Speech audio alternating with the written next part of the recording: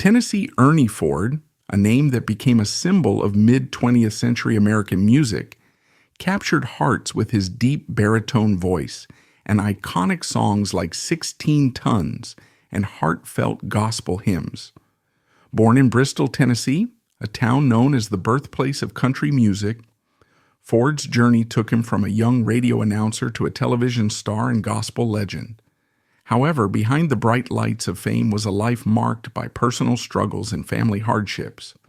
Tennessee. Ernie Ford's story isn't just about his remarkable success, but also a poignant reminder of the challenges artists face behind the scenes. In this video, we'll delve into the inspiring yet tragic life of a man whose voice and legacy continue to resonate to this day. Tennessee. Ernie Ford, born Ernest Jennings Ford on February 13, 1919 in Bristol, Tennessee, emerged from a region widely regarded as the cradle of country music. Bristol itself holds a special place in music history. In 1927, this small city on the Tennessee-Virginia border hosted the legendary Bristol Sessions, featuring pioneering country artists such as the Carter family and Jimmy Rogers. Although Ford was born more than 2 decades after those sessions, the spirit of that musical legacy surely influenced his early life. He was the son of Maud and Clarence Thomas Ford, and he had an older brother named Stanley H. Ford. Growing up in an environment rich with the sounds of hillbilly tunes, fledgling country music broadcasts, and live performances by Western swing bands, the young Ford found himself instinctively drawn to the warmth, directness, and storytelling found in that style of music. According to anecdotes that have circulated among family friends and local historians, Ford was already fascinated by radio well before he graduated from high school. Whether it was listening intently to the static-laced broadcasts of the Grand Ole Opry or tuning in to traveling country or Western groups, he developed a keen ear. By the time he reached his teenage years in Bristol, he was already gaining a reputation as an aspiring broadcaster. In 1937, he landed his first job at the local station WOPI-AM as an announcer, earning a modest $10 a week. Even though that wage provided only a bare-bones living, it gave him invaluable on-air experience. From the start, he displayed the kind of friendly, easygoing personality that would one day help him captivate audiences nationwide. In 1938, lured by the possibility of expanding his vocal abilities, the young bass baritone briefly stepped away from his radio gig. He traveled to Ohio and enrolled at the Cincinnati Conservatory of Music, taking formal lessons in classical singing. This decision might seem surprising for someone who would eventually be known primarily as a country music star, but it underscores how eclectic Ford's musical interests were. He maintained a fervent love for the songs he had grown up with, Western ballads, fiddle tunes, boogie-woogie numbers, but he was also open to exploring more formal techniques that could refine and strengthen his voice. By 1939, he found himself returning to radio, resuming his announcing duties from 1939 to 1941 at stations stretching from Atlanta to Knoxville. As the rumblings of global conflict escalated, the United States entered World War II in December 1941. Like many young men of his generation, Ford answered his country's call. He joined the U.S. Army Air Corps, eventually becoming a first lieutenant and serving as a bombardier on the formidable B-29 Superfortress. This aircraft played a significant role in the final stages of the war against Japan, dropping bombs in missions that were both dangerous and strategically crucial. Ford later served as a bombing instructor at George Air Force Base in Victorville, California, a role that required him to train others in the methods and responsibilities he had shouldered. Spending a portion of the war in these life-and-death missions undoubtedly expanded his worldview and imparted a sense of gravity that would seep into his interpretations of certain songs in his later career. After the war's end, Ford returned to civilian life, settling in California. He found employment at radio stations in San Bernardino and Pasadena, cities in the greater Los Angeles area that were then experiencing a population boom as GIs returned home, industries expanded, and country music gained new popularity among transplanted Southerners seeking a taste of home. At KFXM in San Bernardino, Ford was assigned an early morning country music disc jockey program titled Bar Nothing Ranch Time. Wanting to distinguish himself from the countless other radio personalities, he conjured up a somewhat comical, over-the-top hillbilly persona he dubbed Tennessee Ernie. This character was loud, enthusiastic, and self-deprecating in a way that tickled local audiences. The comedic style of Tennessee Ernie helped him stand out, swiftly propelling him to local fame. It wasn't long before the Pasadena station KXLA took notice and hired him away. His show there was much the same, but with an expanding reach that turned him into a fixture on the Southern California country scene. During this period, he also ventured into live concerts, often performing alongside or being backed by the Mayfield brothers of West Texas, Smokey, Thomas Ed, and Herbert. Not only did these shows attract listeners already enamored with Ford's boisterous on-air persona, but they also showcased his genuine singing talent.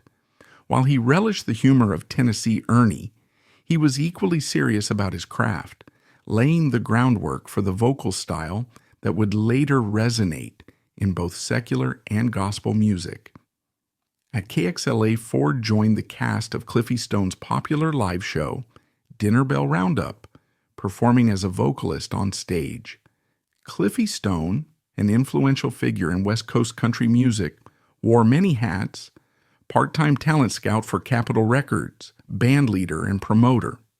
Stone recognized Ford's potential beyond just comedic patter. Realizing that this wild madcap hillbilly had a strong, resonant voice and an appealing stage presence, Stone recommended him to executives at Capitol Records in 1949. The timing was perfect. Post-war America was seeing a surge of interest in country-inspired music, and record labels were eager to sign new voices that could cross over into mainstream appeal.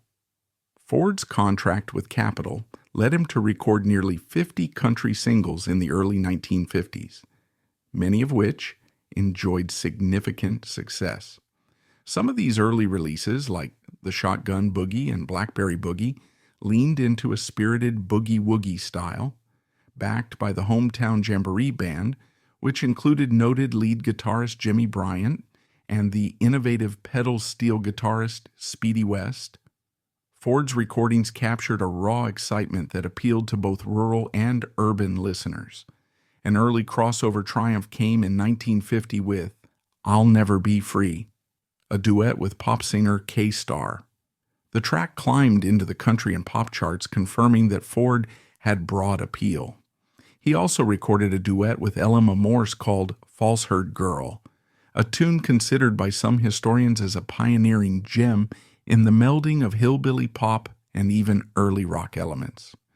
During this wave of success, Ford continued appearing on local TV programs, most notably as a star of Stone's Hometown Jamboree, a live country music showcase that reached a broad West Coast audience. Recognizing his growing popularity, NBC brought Ford onto the quiz show College of Musical Knowledge in 1954, where he replaced the well-known bandleader Kay Kaiser as the host. Though the show had been successful earlier, it was taking a leap of faith by returning from a 4-year hiatus under new leadership. Ford's affable style and comedic instincts fit well, helping to sustain the program in its final run. Yet it was his portrayal of the lovable country bumpkin, Cousin Ernie, on the top-rated sitcom I Love Lucy that introduced him to millions of viewers outside his core country fan base. Appearing in 3 episodes in 1954, Ford's cousin Ernie was hilarious and endearing, matching wits with Lucille Ball's comedic genius. The cameo proved that Ford could handle an acting role in a mainstream show and endeared him to households that may never have listened to a country music broadcast in their lives. This comedic ability cross-pollinated with his singing career, broadening his notoriety far beyond the West Coast. In 1955, Ford recorded The Ballad of Davy Crockett, riding the coonskin cap phenomenon triggered by Disney's depiction of the frontier hero in film and TV. The track shot to number 4 on the country music chart, with Farewell to the Mountains as the B-side. That same year would prove even more pivotal when he released a rendition of Merle Travis's coal miner lament, 16 Tons. Travis had composed the tune years earlier, based on the harsh realities of mining life in Muhlenberg County, Kentucky, where entire families were entangled in debt to the company store. Ford's version was spare in arrangement, just a snapping bass line, minimal instrumentation, and his deep, rich voice singing about the back-breaking labor of miners. The introspective tone coupled with Ford's striking bass baritone resonated with a wide swath of the American public. The single became an unexpected juggernaut on the pop charts, overshadowing many other hits of that era. It not only soared to the top of multiple Billboard charts, but also etched itself into the cultural fabric of the 1950s. The refrain, "You load 16 tons and what do you get?" became synonymous with working-class struggles. In many ways, 16 Tons remains Ford's signature track, embodying both the grit of his wartime experiences and the authenticity of his country roots. On the heels of this success, Ford landed his own primetime variety program on NBC The Ford Show, which ran from October 4th, 1956 to June 29th, 1961. The title created a playful double entendre, on the one hand, referencing Tennessee Ernie Ford's surname, and on the other, nodding to its principal sponsor, the Ford Motor Company. The program blended music, comedy, guest stars, and, most notably, a spiritual dimension. Ford insisted on closing each episode with a hymn, a bold move given the network and advertising agencies' concerns about potentially alienating secular viewers. Contrary to those worries, audience feedback was overwhelmingly positive. The hymn segment quickly became the heart of the show, deepening Ford's reputation for sincerity and faith. Many fans would tune in primarily to hear him perform a gospel selection at the program's conclusion. This emphasis on sacred music led to the release of Ford's first gospel album, simply titled Hymns, in 1956. Its impact was staggering. The record stayed on Billboard's top albums chart for 277 consecutive weeks, more than 5 years. That kind of longevity placed Ford on an exclusive pedestal in American music history.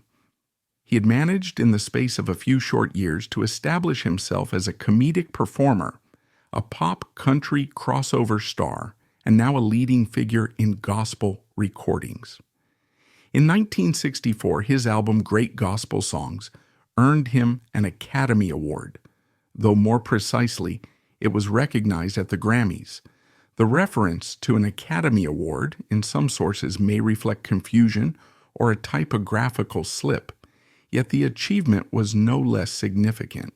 He would go on to receive multiple nominations, underscoring a sustained respect for his gospel work. When the Ford Show ended, Ford moved his family to Portola Valley in Northern California. The region, not far from Palo Alto and Stanford University, was becoming known for its natural beauty and tranquility, offering him respite from Hollywood's frenetic pace. He also owned a cabin near Grangeville, sometimes spelled Grangenay, in Idaho, situated close to the South Fork of the Payette River. By all accounts, he cherished these opportunities to reconnect with nature, spending weekends fishing or simply reflecting by the water's edge. Given the intensity of his career, which ranged from touring schedules to recording sessions, having a rural retreat likely helped him maintain some balance in his personal life. From 1962 to 1965, Ford hosted a daytime talk variety program called The Tennessee Ernie Ford Show, produced at KGO-TV in San Francisco and broadcast over the ABC television network. While not achieving the primetime prominence of his previous NBC series, it still showcased his adaptability as a host and performer. His ability to charm audiences persisted, and many viewers tuned in because they felt they knew Ernie from his folksy persona on television and radio. In 1968, he teamed up with the famed Rankin Bass production company, narrating The Mouse on the Mayflower, a Thanksgiving TV special for NBC. Rankin Bass was best known for holiday-themed stop-motion works like Rudolph the Red-Nosed Reindeer. In The Mouse on the Mayflower, Ford voiced William the Church Mouse, effectively bridging his gentle comedic style with an educational story about the Pilgrims. Children who might not have been familiar with his older country or gospel hits discovered a warm, storytelling voice perfect for holiday entertainment. This diversification kept him somewhat in the spotlight, even as musical trends shifted dramatically during the late 1960s. In the following decades, Ford continued to make occasional television appearances, popping up on programs like The Dolly Show and Barbara Mandrell and the Mandrell Sisters in the early 1980s. Though his presence on the charts had waned compared to his 1950s and early 1960s heyday, he maintained a dedicated fan base. Significantly, he received 3 stars on the Hollywood Walk of Fame, one each for his contributions to radio, the recording industry, and television. This triple honor placed him among a relatively small group of entertainers who achieved distinguished success across multiple platforms. Another hallmark of recognition came in 1984 when President Ronald Reagan, himself a former radio broadcaster and Hollywood figure, awarded Ford the Presidential Medal of Freedom. This distinction recognized Ford's extensive contributions to American music, broadcasting, and culture. And in 1990, just 1 year before his death, Ford was inducted into the Country Music Hall of Fame, cementing his legacy among the genre's greatest luminaries. Behind the scenes, however, Ford's personal life was far less idyllic. He had married Betty Heminger on September 18, 1942, while he was still serving in the military. They had 2 sons, Jeffrey Buckner Ford, born in 1950 and often referred to as Buck, and Brian Leonard Ford, born in 1952. For a time, the family appeared to thrive. The growth of Ford's career paralleled a certain post-war prosperity as the nation embraced television entertainment and the baby boom generation came of age. Yet throughout this period, alcohol cast a dark shadow. Betty had reportedly struggled with alcohol since the 1950s, combined with emotional and psychological difficulties that added to the tension within the household. Ford, though he seemed outwardly robust, began to develop his own problems with heavy whiskey intake by the 1960s. Despite these growing dependencies, he maintained an outwardly consistent work ethic and stage presence, rarely letting personal difficulties become public knowledge. By the 1970s, the toll of his drinking became increasingly evident in his physical appearance, vocal strain, and overall health. As the family's issues deepened, behind closed doors, there were episodes of turmoil that friends and colleagues only dimly understood. Betty's emotional volatility, exacerbated by substance use, clashed with Ford's attempts to cope with career pressures by drinking heavily. The spotlight while offering fame and success also magnified personal stresses. Tragically, in 1989, Betty died by suicide, attributed to prescription drug abuse. Though details were kept relatively private, those close to Ford observed that her passing shocked him to the core. At the same time, his own health was deteriorating due to long-standing liver problems, a direct consequence of years of heavy alcohol consumption. Despite medical advice and repeated warnings, he refused to reduce or stop his drinking. In that sense, his personal story mirrored countless others in the entertainment industry who found themselves unable to extricate from the cycle of alcoholism. Less than 4 months after Betty's death, Ford remarried. The hastiness of this marriage on September 28, 1991, raised eyebrows among some, but it also hinted at a man desperate for emotional support and companionship after a lifetime of personal and familial upheavals. Sadly, that autumn, he suffered severe liver failure at Dulles International Airport in Washington, D.C., signaling that his body could no longer withstand years of relentless damage. He was taken to HCA Reston Hospital Center in Reston, Virginia, where he passed away on October 17, 1991, at the age of 72. His death closed the final chapter on one of American entertainment's most multifaceted careers. From a small-town radio announcer in Bristol, Tennessee, to an international star who blended country, pop, gospel, and comedic acting, Ford lived many lives within one. In the days following his passing, tributes poured in from fans, fellow musicians, and media personalities. Many emphasize not just 16 tons or his comedic turns, but also his unwavering warmth, his genuine humility, and the significance of a voice that could oscillate between playful banter and deeply reverent hymn singing. He was laid to rest at Alta Mesa Memorial Park in Palo Alto, California, just a short distance from his longtime home in Portola Valley. Reflecting on Ford's legacy means understanding the context of the mid-20th century America, in which he rose to fame, a country redefining its cultural identity in the aftermath of World War II, transitioning from radio to television, and grappling with the advent of rock and roll and changing tastes in popular music.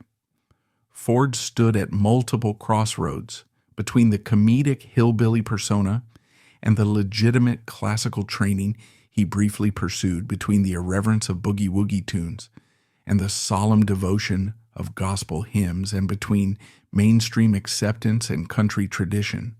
He successfully bridged all these spaces, at least professionally, forging a path that brought a distinctive Southern flair to living rooms across America. His greatest triumph may well be that he made so many different audiences feel comfortable. Urban viewers tuned in for the novelty of an old-fashioned country gentleman with impeccable comedic timing. Rural fans admired his refusal to dilute his accent or cultural background for mainstream consumption.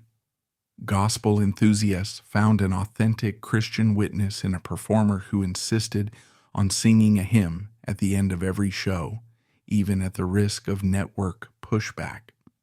And pop listeners, perhaps unconcerned with genres, simply recognized a captivating voice that delivered some of the most memorable tunes of the 1950s. Even decades after his death, 16 Tons remains an anthem for the working class, performed in countless renditions by artists spanning multiple genres. Meanwhile, his gospel recordings continue to inspire those seeking uplifting messages delivered through a powerful baritone. Contemporary musicians often cite him as an influence. Some mention being enthralled by his warm stage presence, others by the sincerity of his spiritual performances. Certain scholars note that Ford's success helped ease country music's entry into mainstream entertainment. He effectively legitimized it for a mass audience, alongside contemporaries like Hank Williams, Lefty Frizzell, and Eddie Arnold. Yet for all the accolades, there is an undeniable element of sadness woven into his life's tapestry. The final years were marked by personal tragedy, addiction, and the burdens of a once thriving career weighed down by ill health. The fervent acceptance he received for singing gospel songs contrasted with the very private battles he and Betty fought with alcohol. The man who sang passionately about salvation and spiritual deliverance wrestled with personal demons he could not entirely escape. This duality makes his story resonate powerfully even now. It is both a cautionary tale about the pitfalls of fame and a testament to the profound talent that can shine forth despite those pitfalls. For historians of country music and American pop culture, Tennessee Ernie Ford's journey reflects the larger shifts of the 20th century. He experienced the Great Depression era as a child, served in World War II, thrived during the television boom of the 1950s, and navigated the sweeping social changes of the 1960s and 1970s. He adapted to variety shows, continued to record amid the British invasion and the rise of rock, and eventually found a place on the newly expansive syndicated television market. His broad discography, spanning novelty tunes, boogie-woogie numbers, mainstream pop, and devout gospel, stands as a comprehensive exhibit of mid-century American musical tastes. When visitors today go to Alta Mesa Memorial Park in Palo Alto, they might be unaware that a groundbreaking country star lies in rest there, someone who once introduced a mainstream primetime audience to the idea of concluding a show with a heartfelt hymn. One might even imagine that, had he beaten his battle with alcohol, he could have continued performing well into the 1990s, possibly exploring modern collaborations or making cameo appearances during the neo-traditionalist country revival that swept Nashville in the late 80s and early 90s. But fate had other plans. From his beginnings as a high school student who wandered around Bristol with radio dreams, to a national icon who made Americans laugh, cry, and reflect, Tennessee Ernie Ford embodied a tapestry of American life. He was shaped by the complexities of war, shaped by the unstoppable tide of media evolution, shaped by the warm reception of everyday people who saw in him a reflection of their own hopes and struggles. Whether he was belting out a spirited boogie, sharing a tender duet, or guiding a congregation through a beloved hymn, he always brought a sense of humanity and relatability to his performances.